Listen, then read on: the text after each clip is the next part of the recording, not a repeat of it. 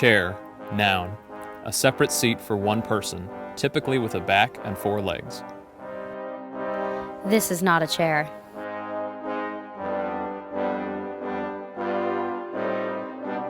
Well, it's not only a chair.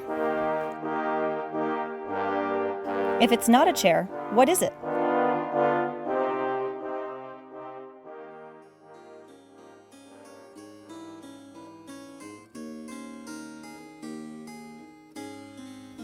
This is not a chair. This is a tree.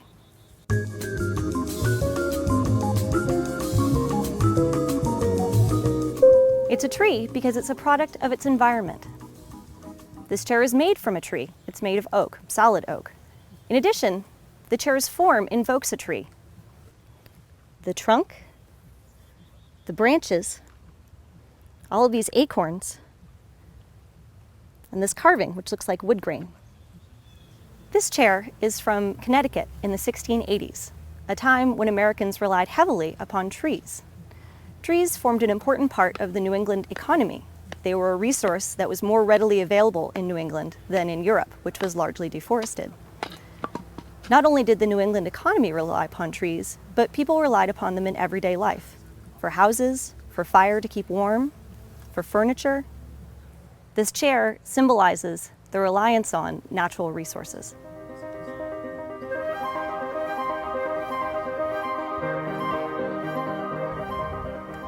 This is not a chair, it's a commodity.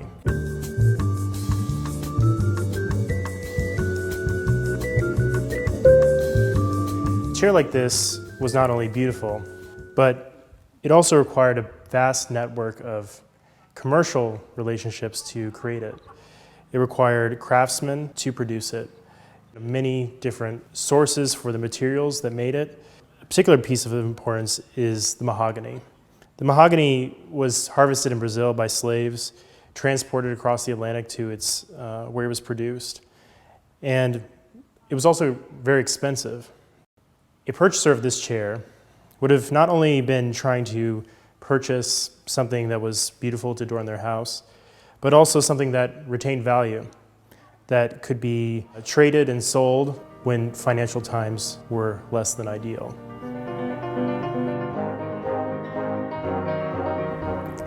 This is not a chair. This is a sculpture.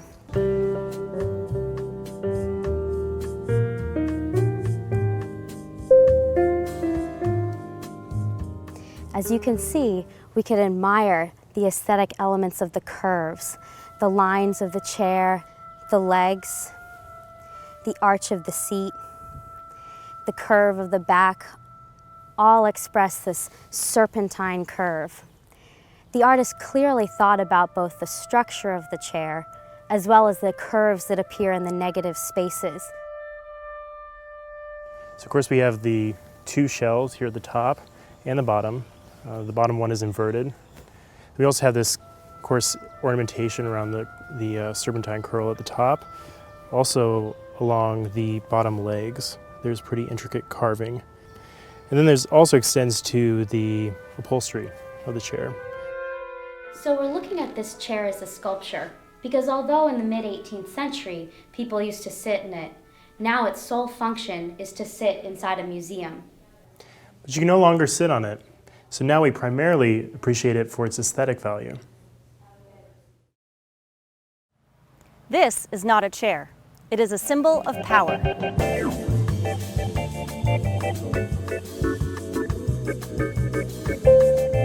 We can look at this chair from the standpoint of anthropology. This chair is a symbol of patriarchal authority. On the American frontier in the 17th and 18th centuries, chairs were scarce. Most people sat on boxes or barrels or benches. The only chair in the house belonged to the head of the household, the patriarch. The chair's form shows the patriarch's dominion over the domestic sphere. Its massive size and regal arms both symbolize the patriarch's authority.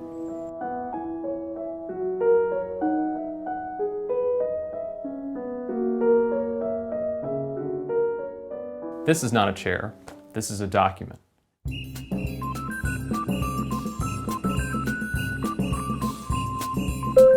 In In this case, it's a document of slavery. In the early 19th century, Thomas Jefferson commissioned this Campeche chair to be made by one of his slaves for him. This chair was built by John Hemmings, Sally Hemings' brother, and one of Thomas Jefferson's master furniture makers at Monticello. Jefferson commissioned this chair to be made in order to relieve his rheumatoid arthritis. Hemings' labor was literally used for Jefferson's own comfort, and this chair serves as a document of that relationship.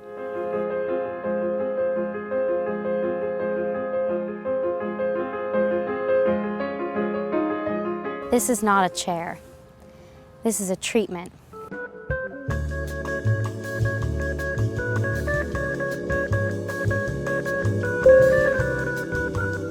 Colloquially, chairs such as these were often known as easy chairs. They were meant to ease the aches and pains of the ailing and the elderly. The way this chair is constructed, the angle of the back, the angles down to the elbows, and the support around the base help support the knees, the arms, and the shoulders, and help ease pain. It was made in the mid-20th century, and although this chair is a modern chair, it has a much deeper history in the concept of alleviating pain through the way that furniture can help daily life. As we saw in the Thomas Jefferson's chair, the Campeche chair, it was originally made to help ease his arthritis pain. This is a long-standing theme in the history of medicine that you don't always get from looking at hospitals or physicians or stethoscopes, but through furniture, you can see the way that health was very important in the daily lives of people, whether in the 19th century or in the 20th century.